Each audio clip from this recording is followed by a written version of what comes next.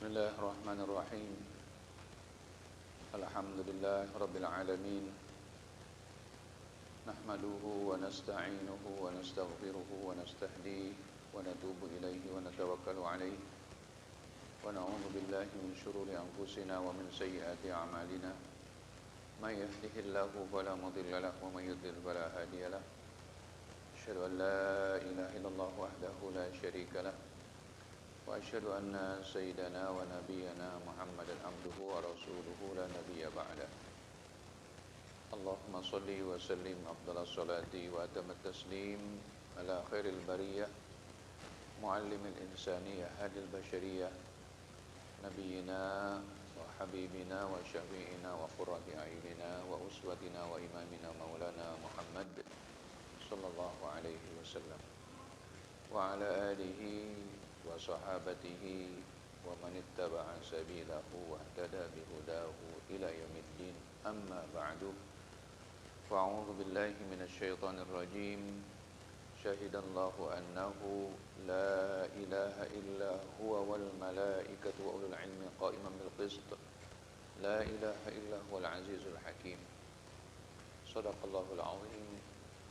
Wa qala Rasulullah sallallahu alaihi wasallam, innal malaikata la tadau ajnihataha li talibil ilmi ridan bima yasna. Shadaqa Rasulullah sallallahu alaihi wasallam. Uhayyikum tahiyatan islamiyatan mubarakah, tahiyat ahli jannah. Assalamualaikum warahmatullahi wabarakatuh.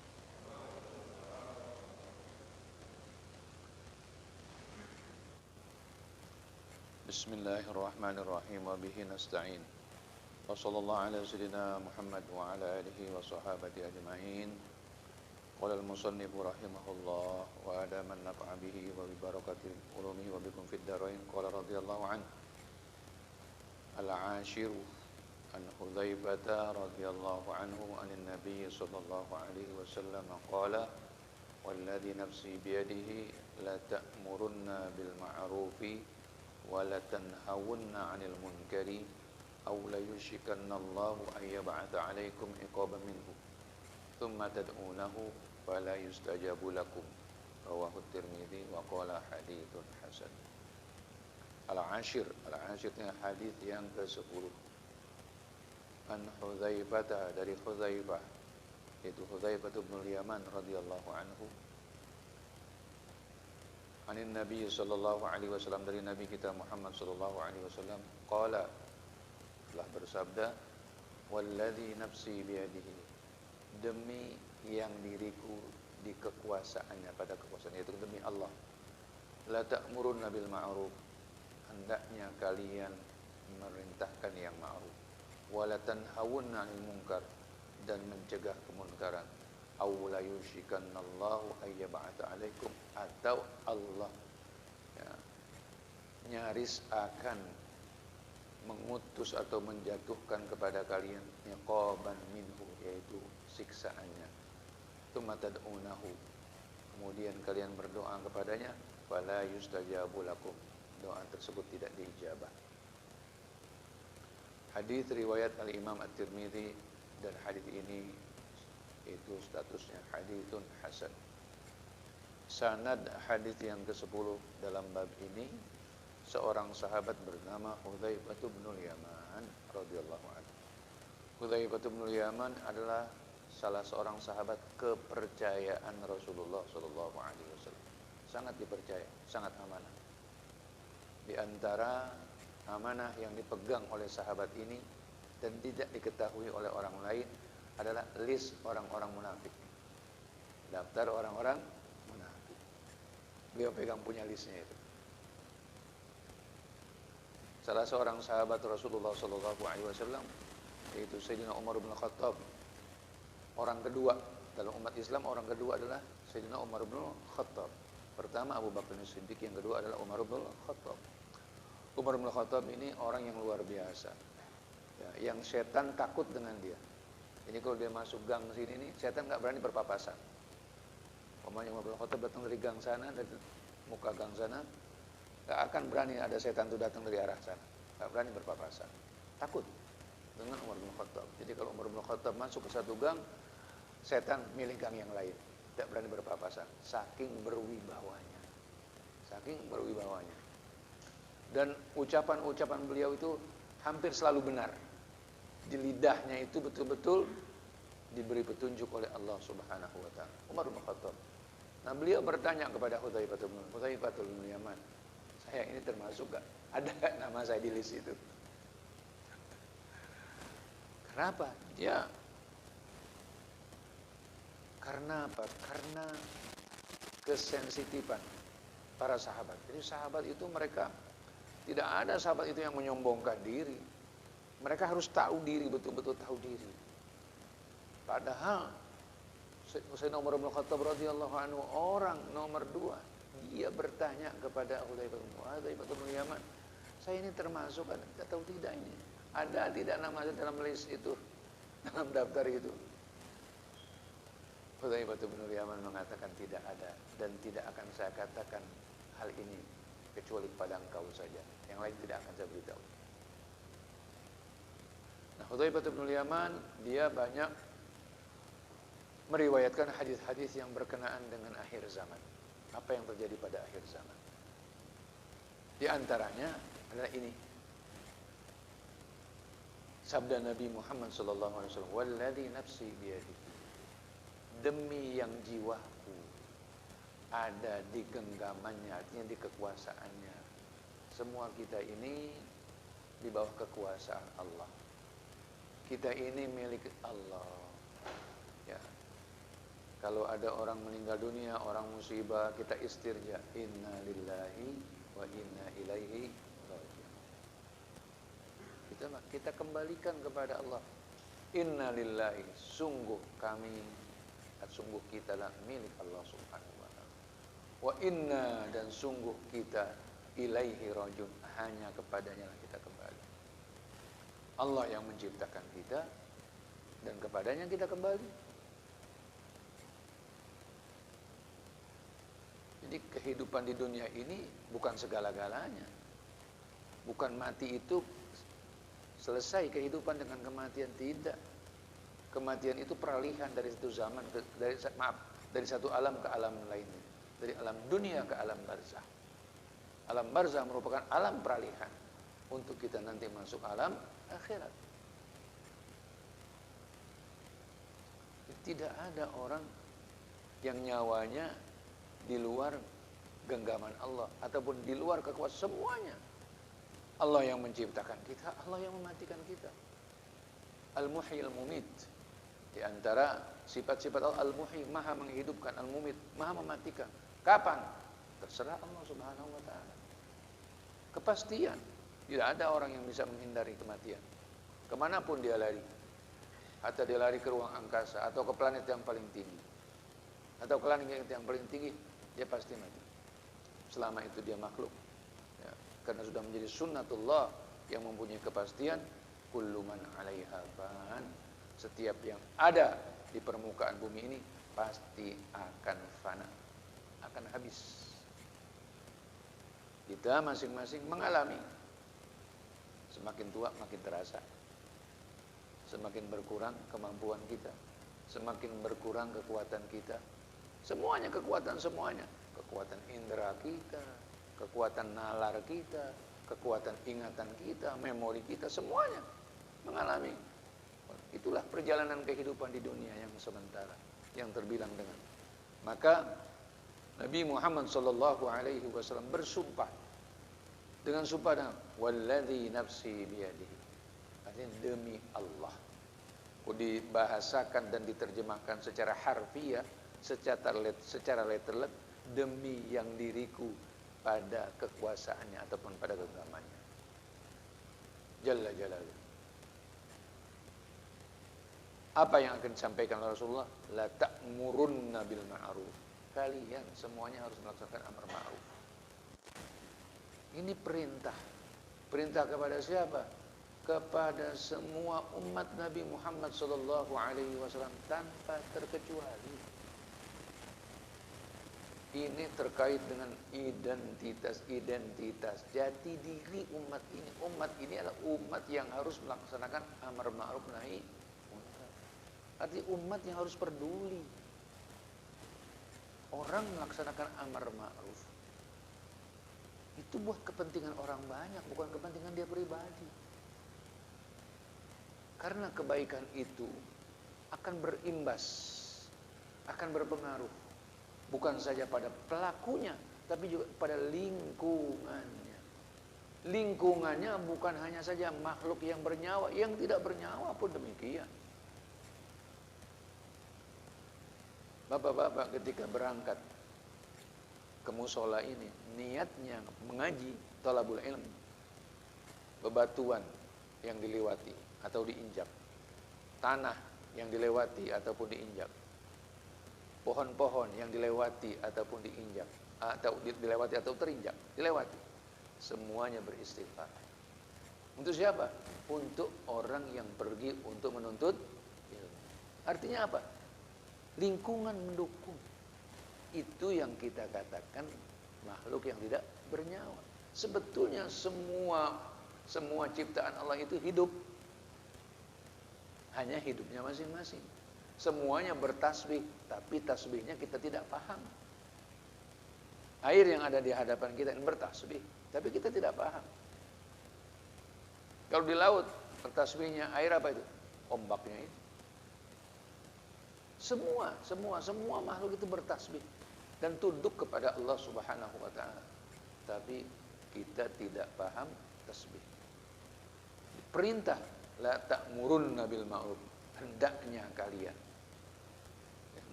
kalian memerintahkan al-ma'ruf. Apa ukurannya sesuatu itu baik? Ukurannya syariah.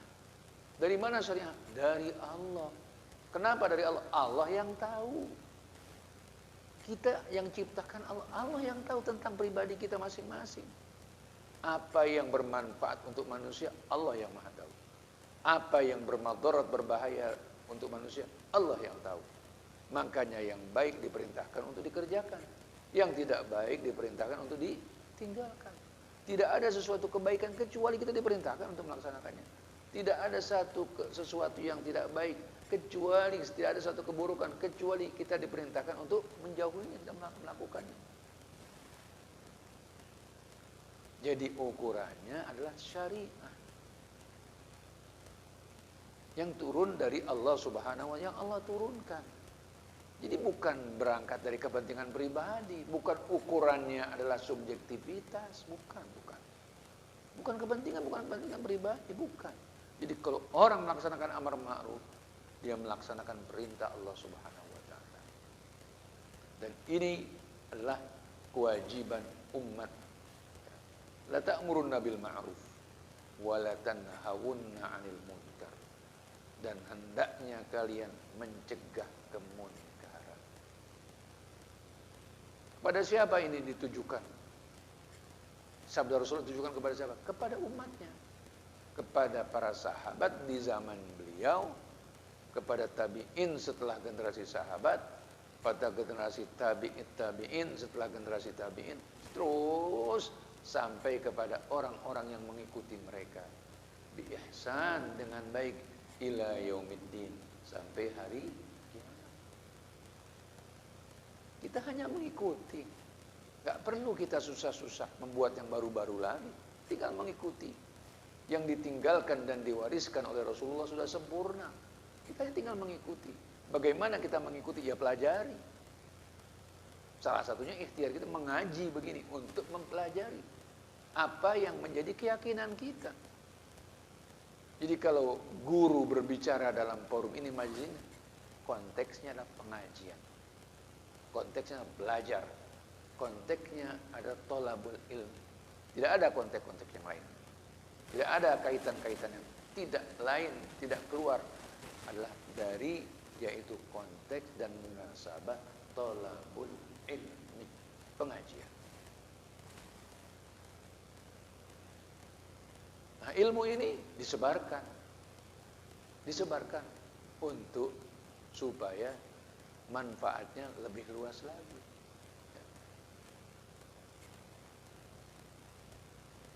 Kalau amar ma'ruf tidak dilakukan dan nahi munkar tidak dilakukan, apa yang terjadi? Aula yushikanallah, atau nyaris hampir Allah turunkan, Allah utus kepada kalian. Allah turunkan apa? Iqaban, hukuman Allah. Jadi kalau kewajiban ini disengaja dilalaikan, sengaja tidak dilaksanakan amar ma'ruf nahi munkar, diabaikan, tidak dilaksanakan, maka Allah sangat mungkin Allah turunkan apa? Hukumannya, azabnya. Apa azabnya? Macam-macam. Bisa kezaliman penguasa, bisa berkuasanya musuh yang tidak senang kepada kita. Kenapa? Kita membiarkan kemunkaran. Apakah itu perusakan tatanan sosial, tatanan ekonomi, tatanan politik, tatanan kehidupan. Kehidupan ini harus diatur. Dan peraturan yang paling benar, peraturan dari Allah. Tidak ada peraturan dari Allah yang bertentangan dengan hak-hak manusia. Tidak ada. Cari, silahkan dalami, silahkan pelajari. Ya. Apakah ada peraturan-peraturan dari Allah, dari Al-Quran, dari Sunnah yang bertentangan dengan kepentingan manusia? Tidak ada. Yang ada peraturan manusia yang bertentangan dengan ajaran Allah Subhanahu wa taala. Karena setiap manusia punya subjektivitas, punya kepentingan pribadi. Dia membuat peraturan, dia punya kepentingan. Supaya kepentingannya itu tidak terusik, tidak terganggu. Kalau manusia begitu, Allah tidak. Peraturan Allah pasti bermaslahat untuk manusia. Bukan hanya untuk satu zaman peraturan Allah, untuk sepanjang zaman. Syariat Islam ini untuk sepanjang zaman. Memang bagi orang-orang yang mereka itu punya kepentingan sempit, bagi mereka syariah ini merupakan sesuatu yang menghalangi mereka, merintangi mereka untuk mencapai kepentingan mereka. Kalau ajaran Allah itu pasti bermaslahat untuk semuanya. Hanya ada kadang-kadang orang yang mendahulukan hawa nafsu. Harusnya kalau kita betul-betul beriman, hawa nafsu itu harus tunduk dengan ajaran Allah. La yu'minu ahadukum, sabda Nabi Muhammad SAW, la yu'minu ahadukum hatta yakuna hawahu taba'an lima ji'tu bihi. Tidak sempurna iman kalian kecuali hawa nafsunya itu mengikuti. Artinya tunduk, ya, berada di bawah apa yang dibawa oleh Nabi kita Muhammad sallallahu alaihi wasallam. Dia tunduk dengan ajaran Nabi kita Muhammad sallallahu alaihi wasallam.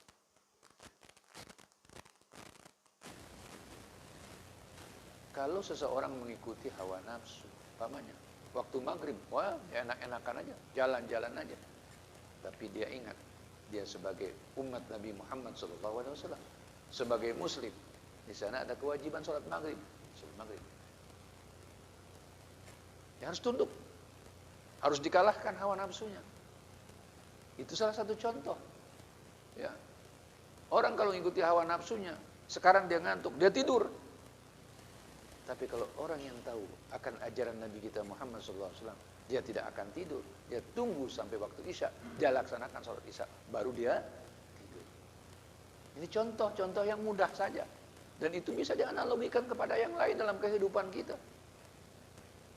Ya, kita harus jujur, harus fair, bahwa kadang-kadang memang hawa nafsu kita ini ingin mengabaikan apa yang kita sudah jadikan sebagai keyakinan. Yaitu ajaran daripada Al-Quran dan ajaran daripada sunnah Nabi kita Muhammad Sallallahu Alaihi Wasallam. Jadi kalau amar ma'ruf tidak dilaksanakan, nahi munkar tidak dilaksanakan, sangat mungkin terjadi dan turun siksa. Berupa apa? Penguasa yang zalim, atau yaitu adanya orang-orang yang memusuhi kita, dia mempunyai kekuasaan, berkuasa. Ini akibat, ini dampak dari tidak ditegakkannya amar ma'ruf dan nahi. Itu perintah dari Nabi kita Muhammad sallallahu alaihi wasallam. Jadi sekali lagi, orang melaksanakan amar ma'ruf dan nahi munkar bukan didasari kepentingan pribadi, bukan didasari kepentingan kelompok. Tidak, tapi ini kembali kepada perintah dari Nabi kita Muhammad sallallahu alaihi wasallam dan terkait dengan jati diri umat kita, yaitu umat Nabi Muhammad sallallahu alaihi wasallam. Dan bisa juga hukuman itu berupa apa? Bala, berupa musibah, berupa musibah. Yang kalau kita bahasakan bencana alam. Ya. Banjir tidak terjadi kalau tidak ditakdirkan oleh Allah. Tsunami tidak terjadi kalau tidak ditakdirkan oleh Allah Subhanahu wa taala. Ya. Angin puting beliung tidak akan terjadi kalau tidak ditakdirkan oleh Allah Subhanahu wa taala. Ya. Kecelakaan tidak akan terjadi kecuali ditakdirkan oleh Allah Subhanahu wa taala, dan macam-macam. Ya. Kejadian-kejadian di alam dunia ini, ya, sesuatu yang di luar kebiasaan bisa saja terjadi. Karena apa? Karena tidak dilakukannya amar ma'ruf dan nahi munkar. Saya dapat cerita dari teman, ya, teman, salah seorang teman yang waktu itu melakukan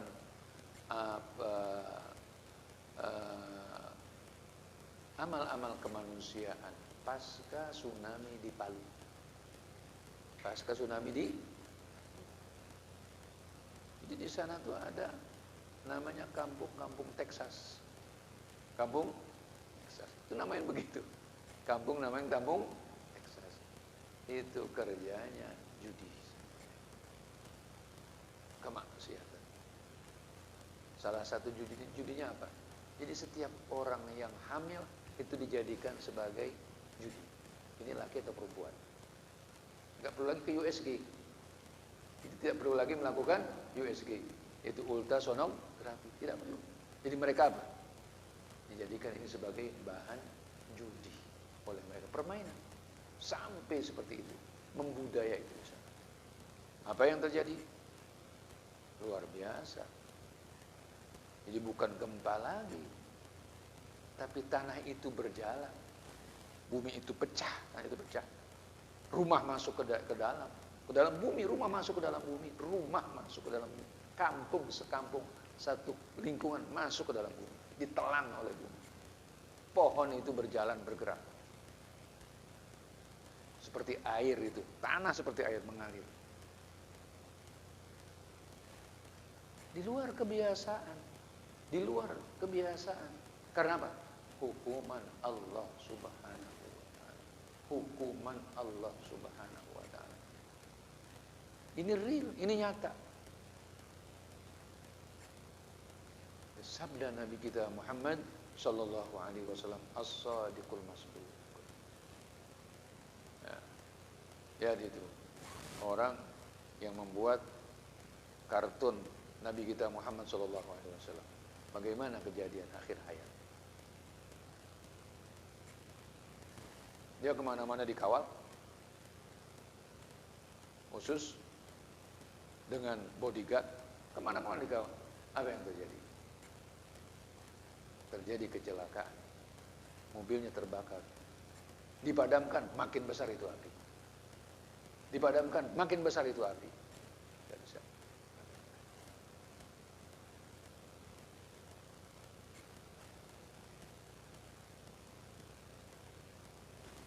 Jadi amar ma'ruf dan nahi munkar adalah merupakan satu perintah yang harus kita laksanakan, didasari oleh perintah Nabi kita Muhammad sallallahu alaihi wasallam, bukan karena kepentingan pribadi. Ya. Kalau itu tidak dilaksanakan, maka yang akan terjadi sangat mungkin yang terjadi adalah siksa Allah Subhanahu wa taala. Kemudian kalau itu sudah terjadi, salah satu ibadah yang dilakukan oleh kita yaitu doa. Doa itu ibadah. Jadi kalau amar ma'ruf nahi munkar diabaikan, ya, tidak lagi ada yang mengajak kepada kebaikan, tidak ada lagi yang mencegah kemunkaran, akhirnya tatanan kehidupan menjadi rusak. Dengan kerusakan itu maka orang berdoa tidak diterima oleh Allah. Tidak diterima oleh Allah Subhanahu wa taala. Jadi kalau kita berdoa sungguh-sungguh, kita berdoa sudah khusyuk, ternyata belum diterima oleh Allah, perlu kita introspeksi. Ada yang salah ini.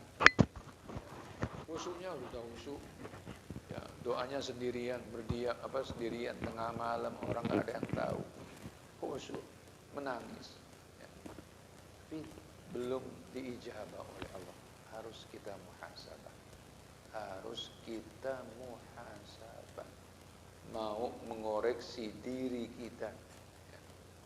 Mengoreksi diri kita atas kekurangan-kekurangan dan hal-hal yang mungkin merupakan kesalahan yang kita lakukan terhadap Allah Subhanahu wa taala.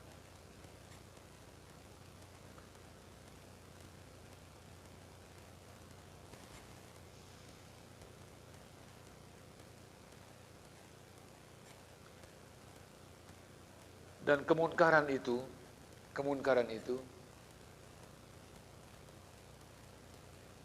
dampaknya akan menyeluruh, tidak hanya kepada pelaku.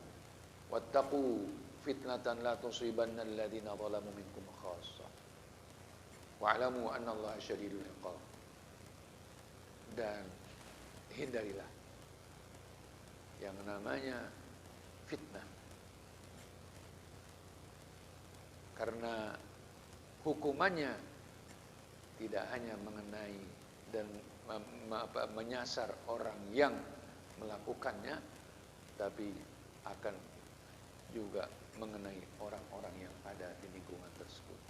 Maka kita diperintahkan, kita yang tahu tentang sesuatu bahwa itu kemungkaran, kita yang negur.